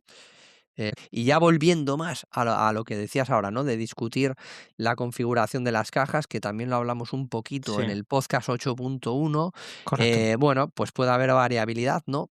Pero en esencia es en la era de los componentes sanguíneos, ¿no? Y de haber dejado de lado el uso de la sangre total, pues lo ideal es intentar replicar, ¿no? Con la administración de componentes sanguíneos sucesivamente en un estrecho periodo de tiempo, como es una transfusión masiva, intentar replicar la composición de esa sangre, de esa histórica sangre total, ¿no? Entonces, pues por ejemplo, unas cifras razonables podrían ser 4 concentrados de Matías, 2 plasmas y una plaqueta. No sé si coincidís o si es lo que en algún momento os habéis encontrado. Sí, yo creo que básicamente esa es la caja estándar, ¿no? De transfusión 4 masiva. unidades de sangre, De 2... 4 concentrados de Matías, ¿no? Porque al final sangre es todo. Sí, perdón. Un par de plasmas líquidos ya, lógicamente. ¿Un par de plasmas o a qué dosificación te refieres? Un par de plasmas. Claro, el plasma nosotros normalmente lo podemos, os lo podemos suministrar en diferentes volúmenes, ¿vale? Claro. Eh, Probablemente eh, un par de plasmas de idealmente 400 mililitros que podrían ser obtenidos a partir de aféresis de un donante, podría ser lo ideal, ¿no? O sea, pero, y perdón por meterme tanto a la puntilla, 2 unidades de plasma sería el contenido de plasma de 2 donaciones completas de sangre. Podríamos obtener el plasma de donantes de sangre total, ¿vale? Y entonces tendrían un volumen aproximado de 200 mililitros. O podríamos irnos a un plasma de un donante de aféresis que suelen tener volúmenes más grandes, porque lo dijimos el otro día, únicamente extraéis el plasma, ¿no?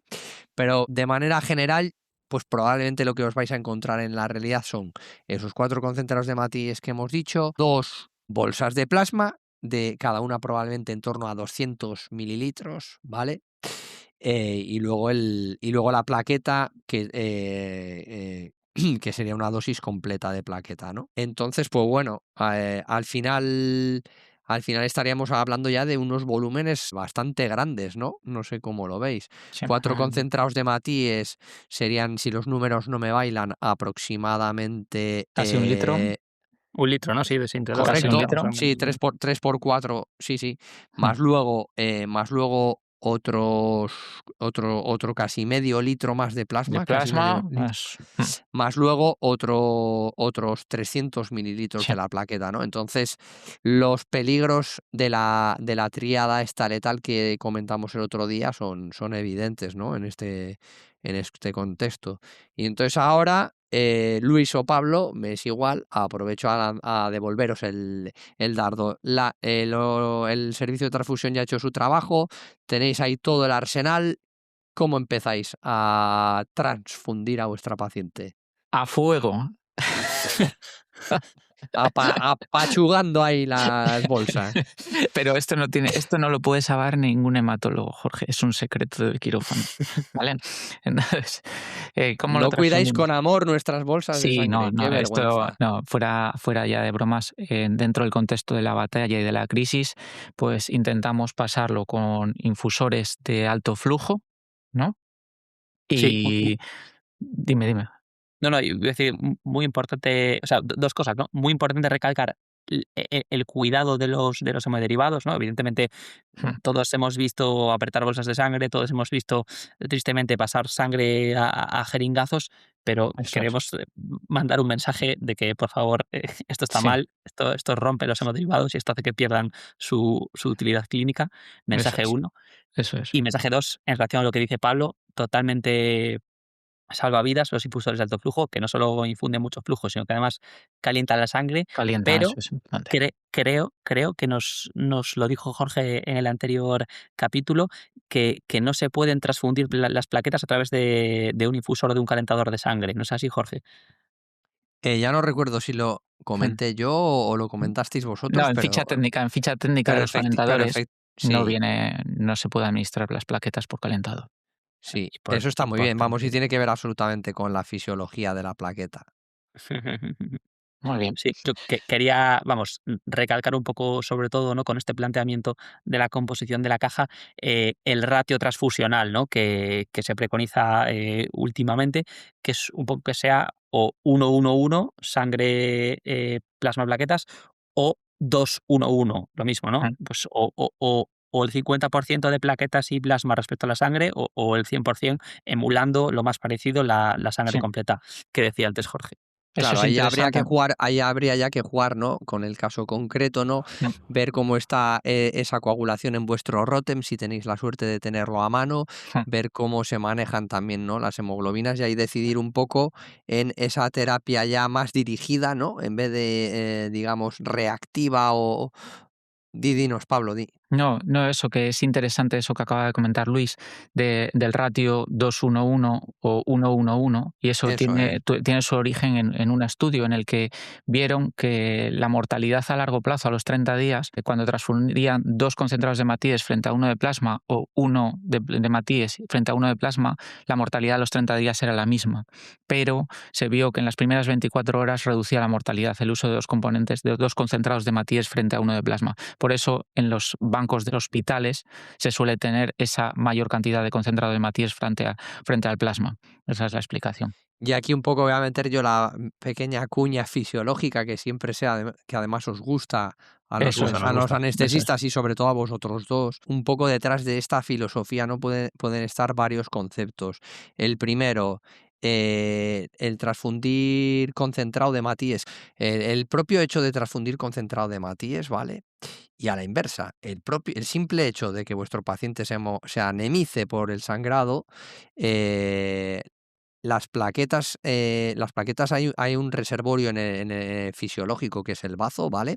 Entonces, si tu paciente está sangrando, bueno, pues de entrada, sobre todo lo que pierde son hematíes, ¿vale? No tiene por qué de entrada tocarse esa coagulación. Entonces, si la relación entre la anemia digamos, la pérdida de capacidad hemostática de las plaquetas es directa, ¿vale? Porque aquí hay una cuestión de este término tan difícil de pronunciar, Reología. reología de la sangre.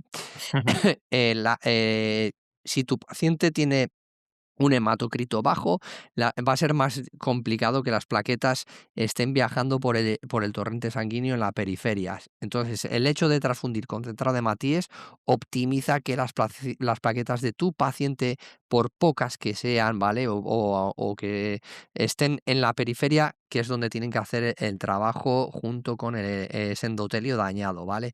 Y otro hecho que quería comentar también, que tiene que ver con la fisiología o la fisiopatología, en función de cómo lo veamos, los factores de la coagulación eh, están evolutivamente muy bien preparados para hacer su trabajo, con lo cual a poco volumen de factor de la coagulación va a tender a haber un efecto hemostático y que se active esa cascada. Entonces tiene todo el sentido del mundo esto que ha comentado Pablo, ¿no? De que es preferible transfundir 2 concentrados de hematíes, un plasma, una plaqueta, antes que el modelo 1-1-1. O sea, para mí tiene todo el sentido del mundo, más allá de los estudios que por descontado está genial que se hayan hecho y se haya demostrado, ¿no? Pero Con, makes sense totalmente, con vamos. lo cual, o sea, la idea de esto es que en la primera caja pasaríamos primero los concentrados de hematíes y el plasma, Eso las es, plaquetas, ¿no? O eso sea, es. A no ser perfecto. que yo que sé, a no ser que vieseis Sí, vosotros, igual en el Rotem podéis ver alguna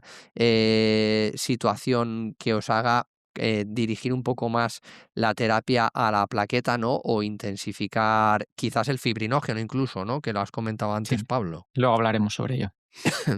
Sí, efectivamente, un poco la pregunta sobre todo en un escenario un poco preanalítico, ¿no? Porque muchas veces son situaciones que se dan concomitantes, ¿no? Activas el protocolo de transfusión masiva y sacas en paralelo analíticas para los test viscoelásticos? Hombre, pues esto más o menos nos arroja datos útiles entre 5 o 15 minutos. A los 10 minutos es cuando empiezan a cobrar ya relevancia real estos test, que muchas veces, pues si todo funciona muy bien en tu banco, en tu servicio transfusional, ya tienes con suerte la primera caja en quirófano, puedes ir eligiendo qué hemoderivados transfundir primero, ¿no? Y sobre esto exactamente versa la siguiente pregunta, ¿no? Hemos decidido, aparte de mandar cuando podamos con más calma una analítica reglada, en primer lugar hacer un test viscoelástico, ¿no? Recordemos que son test que, pues bueno, que por hacerse en el punto de atención son rápidos de elaborar la prueba, son rápidos, como hemos dicho, en arrojar los resultados respecto a una analítica normal de laboratorio y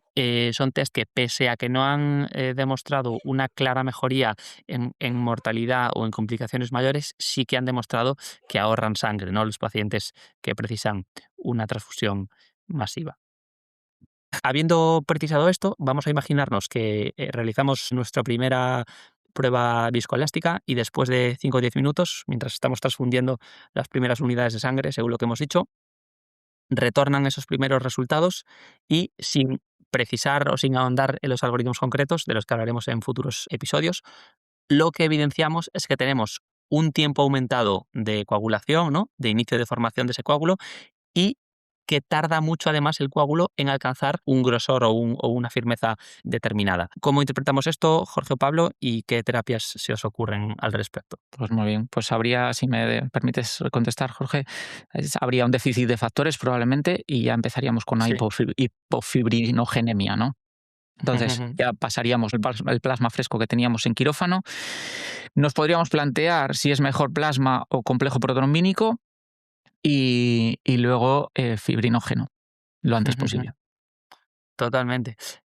No sé cuál es tu posicionamiento, Jorge, como hematólogo, de este debate que tenemos muchas veces, si es mejor administrar plasma o complejo protrombínico. En lo que a los anestesistas respecta, solo hemos encontrado evidencia de superioridad del complejo protrombínico en cirugía cardíaca, ¿no? Por esa restricción de volumen que proporciona. Pero esto no está confirmado en otros escenarios, ¿no? Sobre todo, pues bueno, pacientes traumáticos que tienen un riesgo trombótico muy importante, quizá nos da un poco de miedo poner ese complejo protrombínico. No sé cuál es tu visión como hematólogo, Jorge. Ahí está, ahí es a lo que iba a ir yo. El único miedo que a mí me da el complejo protromínico es si tú sospechas que tu paciente tiene una mayor probabilidad de echar más leña de la que necesitabas, ¿no? Para que nos entendamos al fuego. Sí que a mí, por ejemplo, y claro, viéndolo desde la barrera, me genera dudas si quizás el primer factor de la coagulación es el fibrinógeno. Entonces, a mí me ha generado dudas, ¿no? Cuando Pablo ha dicho, oye, yo le transfundo el plasma fresco y luego le pongo el fibrinógeno, pero eso sois vosotros los que me tenéis, los que me lo vais a saber responder más. Yo creo que plasma y fibrinógeno. Fibrinógeno, que a día de hoy en la inmensa mayoría de los hospitales es un fármaco hemoderivado. Quizás hay algún servicio de transfusión que todavía os pueda servir el famoso crioprecipitado. Me gusta No eso sé. que has comentado, Jorge, Mm. porque una de las cosas que hemos aprendido con los test viscoelásticos es que antes lo primero que se ponía cuando había un sangrado importante o masivo que es el ácido tranexámico. Y ahora nos hemos dado cuenta que cuando tú estás en la batalla de un sangrado, lo que siempre falta al principio, y bueno, pongo entrecomillado siempre porque ya sabéis que en medicina no puede decirse, es fibrinógeno. Entonces, lo primero que haría, y ya lo comenté en los primeros pasos que hemos tratado en el sangrado masivo, fibrinógeno, el plasma, y ya hablaríamos. Ok, me lo has aclarado. Vamos, para mí tiene todo el sentido, ¿eh? Ujú. Totalmente, totalmente. Pues muy bien, asumiendo que hemos cubierto ese déficit inicial de factores, ¿no? Empezando por el más importante y porque primero se consume, que es el fibrinógeno, podríamos obtener una nueva muestra de sangre para otro test viscoelástico o dejar evolucionar el anterior, ¿no? En cualquiera de los dos casos, imaginemos que una vez corregido ese inicio de los factores de coagulación, después lo que apreciamos en las pruebas es que esa firmeza del coágulo está reducida. De nuevo, sin ahondar en los algoritmos concretos, sabemos que la firmeza del coágulo puede deberse tanto a déficit de plaquetas como a déficit de fibrinógeno y constatamos esta vez que se debe nuevamente a un déficit de fibrinógeno. ¿cómo podríamos dosificar ese fibrinógeno? Qué interesante pregunta, Luis, porque la verdad que hay 1000 tablas, ¿no? O Sí. 1000 fórmulas probablemente, ¿no? Los objetivos de fibrinógeno, dependiendo de dónde vayamos, a objetivos en valor en el ROTEM o a nivel analítico pueden variar. Dependiendo del contexto también pueden variar del sangrado. No es lo mismo el sangrado obstétrico que el sangrado del politrauma, pero los objetivos del fibrinógeno, en resumidas cuentas, a nivel analítico suelen estar en torno a 1,5 y 2 gramos por decilitro. Si nos vamos al FIBTEM, ya te digo que, o sea, dentro del ROTEM, si nos queremos muy brevemente detallarlo, es que los objetivos van a variar dependiendo si es una cirugía cardíaca, si es una cirugía hepática o si es un trauma o un sangrado obstétrico, dependiendo de los diferentes protocolos publicados, que eso da para otro podcast. La clásica fórmula es clásica de 70 miligramos por kilo, que también hay en otros sitios que está descrito entre 25 y 50 miligramos por kilo. Luego también hay tablas que dicen que para corregir 2 milímetros en el FIBTEM se corresponden a 1 gramo de fibrinógeno para un paciente de 80 kilos, yendo al cálculo que ahora hablaremos. Y si queremos corregir 12 milímetros en el FIBTEM, serían 6 gramos de fibrinógeno para un paciente de 80 kilos. La fórmula de cálculo establecida es la dosis de fibrinógeno es igual al nivel objetivo menos el nivel medido partido de 0,017 gramos por litro por miligramo por kilo de peso corporal. No sé si Efectivamente, ¿no? Sí, completamente claro. Un poco eso, ¿no? Pues lo ideal sería con los test viscoelásticos ajustarlos según los protocolos. Luego dejaremos en las notas del episodio, en la bibliografía, esos artículos que mencionamos, pero un poco guía intermedia, ¿no? Basándonos en el fibrinógeno que viene en la analítica normal, eso, ¿no? La diferencia entre el que queremos y el que tenemos, dividida entre 0,017, nos da más o menos la dosis en gramos de fibrinógeno, ¿verdad?, que tenemos que suplementar.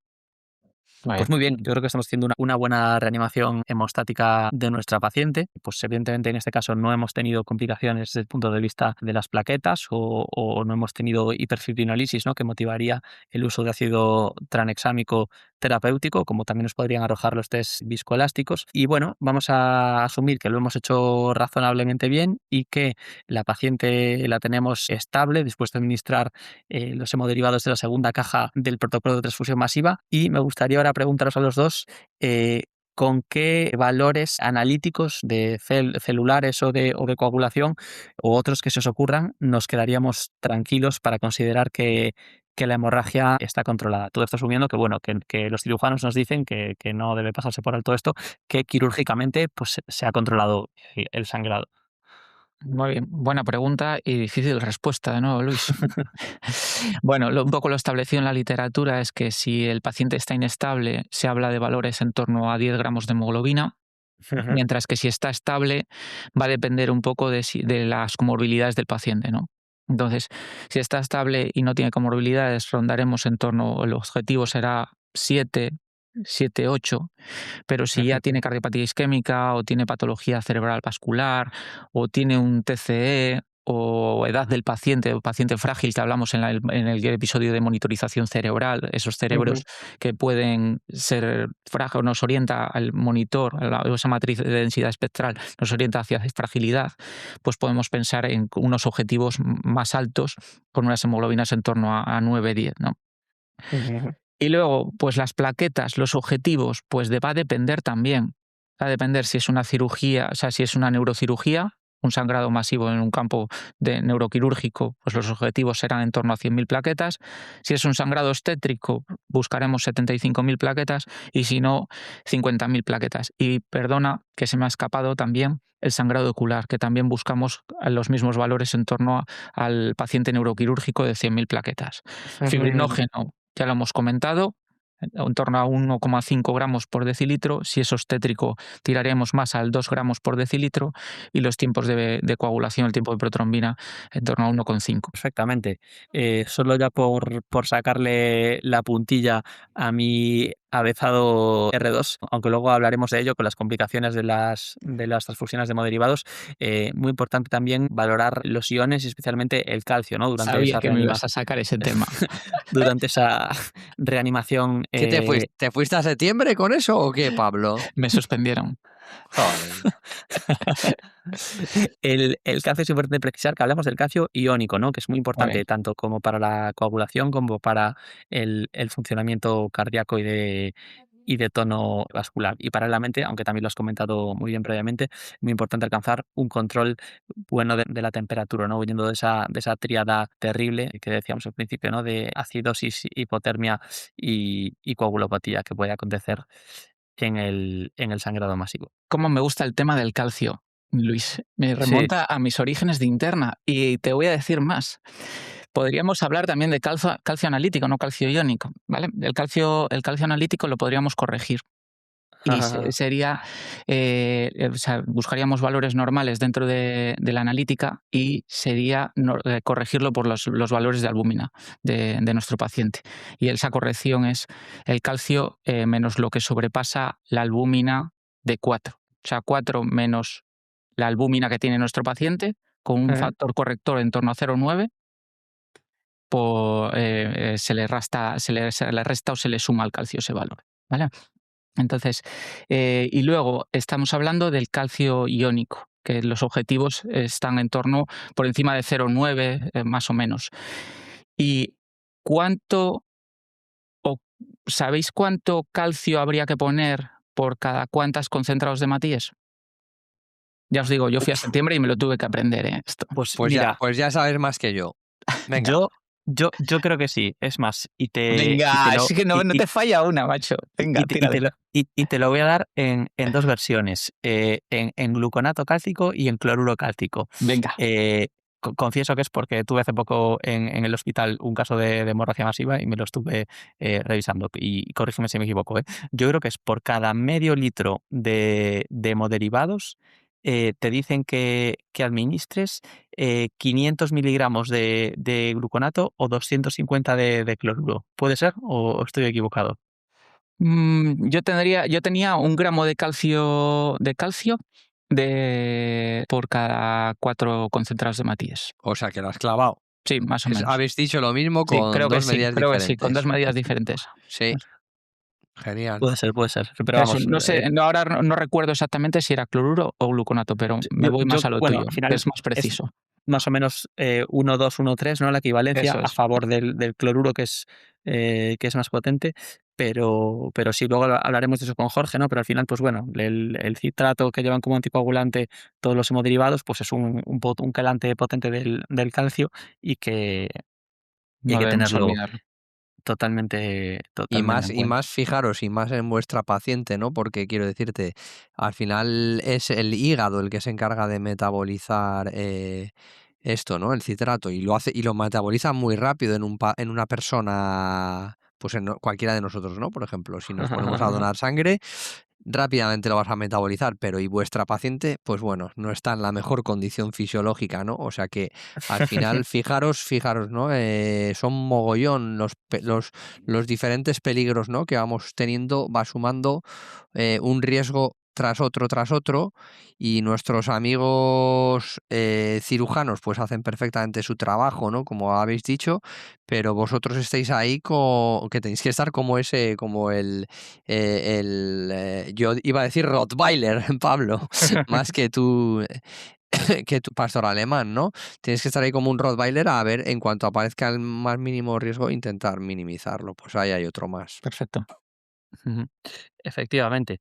Pues muy bien. La verdad es que gracias a lo avezado de Pablo y la asistencia de Jorge hemos conseguido controlar el sangrado de esta paciente, hemos conseguido corregir los test viscoelásticos y bueno, el sangrado que quedaba era puramente quirúrgico. Los cirujanos han dicho que bueno, que al final lo que han hecho es arreglar un pequeñito poro en la vena cava inferior. Esto lo tengo grabado a fuego, que recuerdo que es lo que dijeron, un poro, yo sí, un poro que se ha llevado litros de sangre de esta paciente. Pero en fin, no sé si lo recuerdas, Pablo, pero después pudimos desactivar el código H, finalizar la cirugía y trasladar, por supuesto, dormida e intubada la paciente a reanimación. que salió Pregunta con éxito. relevante. ¿Llamasteis al servicio de transfusión para decirles que ya pueden estar tranquilos o...? Sí, hay que desactivar el código H. Yo creo que sí, yo creo que sí. Genial. Porque además yo creo que, también corrígeme Pablo si me equivoco, donde nos formamos estaba como muy bien diseñado el protocolo y te obligaba a contactar periódicamente con el servicio de transfusión. A ver, esto está muy bien y, a ver, es que además hay muchas formas de hacerlo, ¿no? O sea, corregidme, pero yo me imagino que en quirófano sois un equipazo, ¿no? Entonces, podrá llamar a alguien, os podrá asistir a hacer esa llamada, ¿no? O sea, no vais a tener por qué estar vosotros encima de ese busca. Alguien podrá en vuestro nombre, ¿no? Hacer esa llamada y decir, oye, en nombre del doctor Pablo o el doctor Luis Sí, sí, sí. queda inactivo este. Genial. Pues Ya, agradeceroslo, ¿vale? Porque al final esto, para que los protocolos se cumplan y se puedan hacer cumplir, pues tienen que ser funcionales y tiene que ser en los dos sentidos. O sea, si hay que activarlo ya a todo correr, avanti, pero también que haya ese feedback, ¿no? De, oye, ha ido todo genial, tranquilidad. Cuando nosotros estamos en la barrera, sufrimos también bastante, ¿vale? O sea, tenéis que pensar que nosotros no tenemos ojos y como profesionales, pero también, también sufrimos, ¿no? Y entonces el saber que ha habido éxito permea eso al laboratorio también. Entonces agradeceroslo. Pues muchas gracias. A ti, Jorge, también. Y ahora, si os parece bien, quería hablar muy brevemente, tampoco sin ahondar mucho en el tema, pero sí mencionándolos, un poco de un concepto que nos introdujo Jorge en el anterior episodio, y también me gustó mucho el nombre, que desconocía, al igual que hemos aprendido a hablar de servicio de transfusión en vez de banco de sangre, de unidades de Matías en vez de bolsas de sangre, pues también vamos a hablar de la hemovigilancia, ¿no? Un poco en vez de las complicaciones de las transfusiones, de las cuales a mí me gusta un poco separarlas en tres bloques pequeñitos, y me dais vosotros luego vuestras consideraciones. Por una parte, el efecto puramente mecánico de transfundir mucho líquido, ¿no? Que pues sabemos que es una cosa que enfría a los pacientes y que los sobrecarga de volumen. Y aquí podemos hablar de una de las complicaciones más frecuentes de las transfusiones, que es el TACO, ¿no? O en inglés es Transfusion Associated Circulatory Overload, ¿no? Esa sobrecarga de fluidos de la sangre. En un segundo escalón de importancia, me gusta pensar a mí en las alteraciones analíticas, ¿no? Que pueden ser desde esa hiperpotasemia por los hematíes que se pueden romper en las bolsas de sangre, hipocalcemia por ese citrato que crea el calcio, y a su vez ese citrato que puede provocar muchas veces acidosis en casos, como muy bien apuntaba Jorge, de disfunción hepática, ¿no? Y de ausencia de metabolismo en el cuerpo. Y en un tercer escalón, una cajita, las complicaciones un poco inmunológicas, ¿no? Que estamos hablando en este caso del trali, que muchas veces mal llamamos al TACO, ¿no? A esa sobrecarga de líquidos que afecta al pulmón trali, cuando el trali es una lesión pulmonar más inmunológica que debida a fluidos. Y aparte del trali, otro nombrecito que me hemos aprendido recientemente, que es el TRIM, ¿no? La inmunomodulación relacionada con la transfusión, o eso en inglés, Transfusion Related Immunomodulation. Pensamientos, compañeros, que tengáis al respecto. nada más que Empiezo decir. yo, si os parece. ¿Nada más? Yo no. ¿Cómo? ¿Cómo? Habrá que decir, aquí no vamos a dejar a Luis de protagonista absoluto, que está muy bien, ¿eh? Efectivamente. Por A favor, ver, dadme. a ver, pues sí, a ver, todas estas reacciones, ¿no? Pues, eh, por suerte, es una suerte, ¿no? En el caso de esta paciente que pudiesen llegar a ocurrir, ¿no? Porque la realidad es que le habéis transfundido muy bien a la paciente en un contexto muy complicado y la habéis sacado adelante, con lo cual, éxito. Ujú. Eh, por supuesto, claro que pueden ocurrir estas tres cosas que has dicho y alguna más, ¿no? Mm. Son reacciones no inmediatas, ¿no? Porque la inmediata más típica pues, y más grave pues sería la hemólisis posttransfusional, ¿no? Que por suerte pues está bastante bien controlado si se hacen bien las pruebas pretransfusionales y demás. Si no me equivoco, lo más habitual sigue siendo pues reacciones por sobrecarga, ¿vale? O sea, el taco que que has comentado, Luis, y que característicamente pues ocurre normalmente bastantes horas después de la... Aunque bueno, yo me imagino que si ha sido muy bárbara la transfusión, quizás puede ocurrir también de manera muy prematura, ¿no? O sea, digamos que el taco seguro que vosotros mismos, ¿no? Habréis lidiado con él en múltiples ocasiones, me imagino. Otra situación que quizás es un poco más infrecuente, pero que puede llegar a ser incluso más complicada de gestionar, ¿no? Y sobre todo también de identificar qué es el TRALI, ¿no? El TRALI, que es un daño pulmonar relacionado directamente con el hecho de la transfusión, que fisiopatológicamente es muy complejo de explicar, ¿vale? Porque hay un modelo como de doble hit, ¿vale? De doble daño, o sea, Ajá. tiene que haber una predisposición que vuestra paciente, pues por descontado que cumple con muchos criterios, ¿no? Para tener esta predisposición, ¿no? Que haya un componente de daño endotelial a nivel pulmonar, pues por todo el estrés de vuestra cirugía, de todo el manejo que habéis tenido en quirófano, ¿no? Pero también suele ser, aunque no siempre se puede demostrar, pero suele ser indispensable el hecho de que haya un componente inmune en alguno de esos componentes sanguíneos que reacciona con el endotelio o incluso a nivel celular de vuestro paciente, ¿vale? Entonces, lo más típico, más habitual es que hay anticuerpos anti-HLA, que yo creo que algo comentamos en el otro podcast, en alguno de los componentes sanguíneos que van dirigidos contra los antígenos HLA de clase 1 de vuestro paciente, que eso hace que se active una reacción inmunitaria a nivel del lecho endotelial de los pulmones y entonces se monta este daño pulmonar. También puede ser por anticuerpos antineutrófilos, por lípidos vasoactivos, ¿vale? O sea, ya os digo que fisiopatológicamente es muy interesante, pero igual de interesante, es tan complejo como interesante, ¿no? Ya. Y luego lo que comentas de la inmunomodulación relacionada con la transfusión, pues Sí.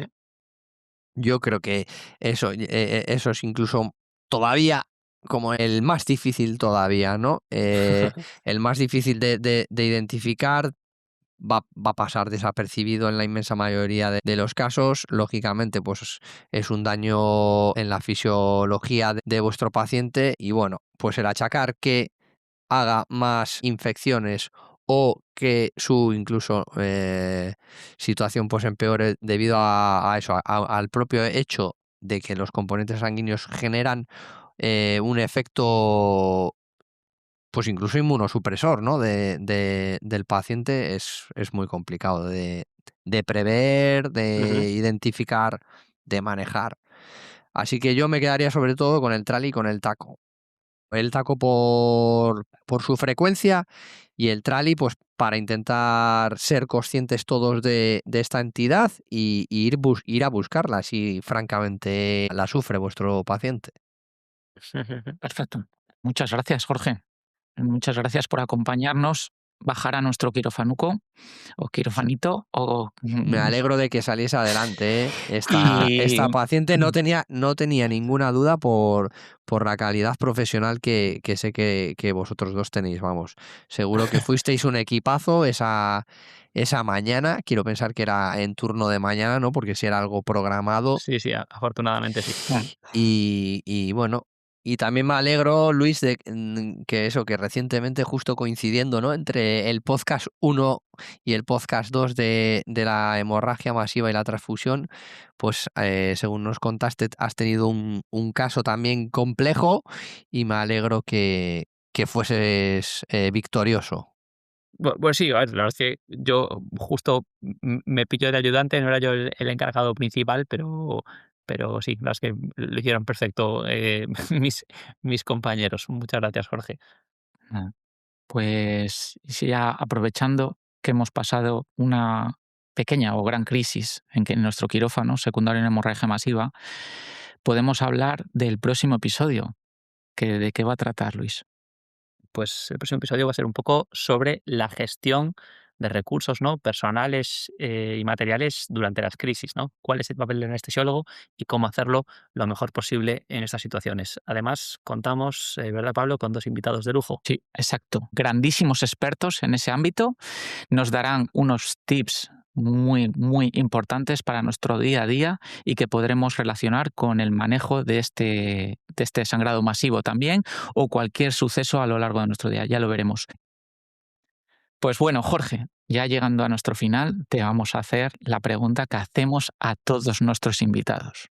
Si alguna vez tuvieses que intervenirte de una hernia inguinal, con Luis como anestesista, Eso es muy importante, ¿eh? ¿qué tipo de anestesia elegirías? Mazazo en la cabeza. Anestesia general. Ya está, ya te lo he dicho. Mazazo o en la anestesia cabeza, güey. raquidia. Mazazo en la cabeza. Mazazo en la cabeza. Tipo general, tío. Matt Spencer y Terence Hill. No sé si habéis visto esa Correcto, película. tío. Os la Guau. recomiendo. Es una película clásica de humor en el que son 2 dentistas. Uno es Matt Spencer, que anestesia a los pacientes con mazazo en la cabeza. Un placer, chicos. Oye, y nos el vemos mío, pronto. ha sido un lujo. Enhorabuena por el podcast, ánimo y nos vemos dentro de 2 años, que sé que estaréis aquí. Venga, a ver si me invitáis para algún tema todavía más friki que esto. Insistir a nuestros oyentes que se suscriban a nuestro canal y que nos den un me gusta en las redes sociales y en los sitios de escucha habituales, para así subir en interacciones y que llegue a más personas que puedan estar interesados en nuestro mundo, la anestesia. Muchas gracias a los dos. Un saludo y un placer como siempre. Hasta Un abrazo. luego. Hasta luego. Bueno, tío, hasta aquí la anestesia de hoy. Recordad que somos lo que aprendemos. Os esperamos en nuestras redes sociales, Instagram y X, @hablandodeanestesia, y a través de nuestro correo electrónico hablandodeanestesia@gmail.com, y nos vemos en el próximo episodio. Adiós.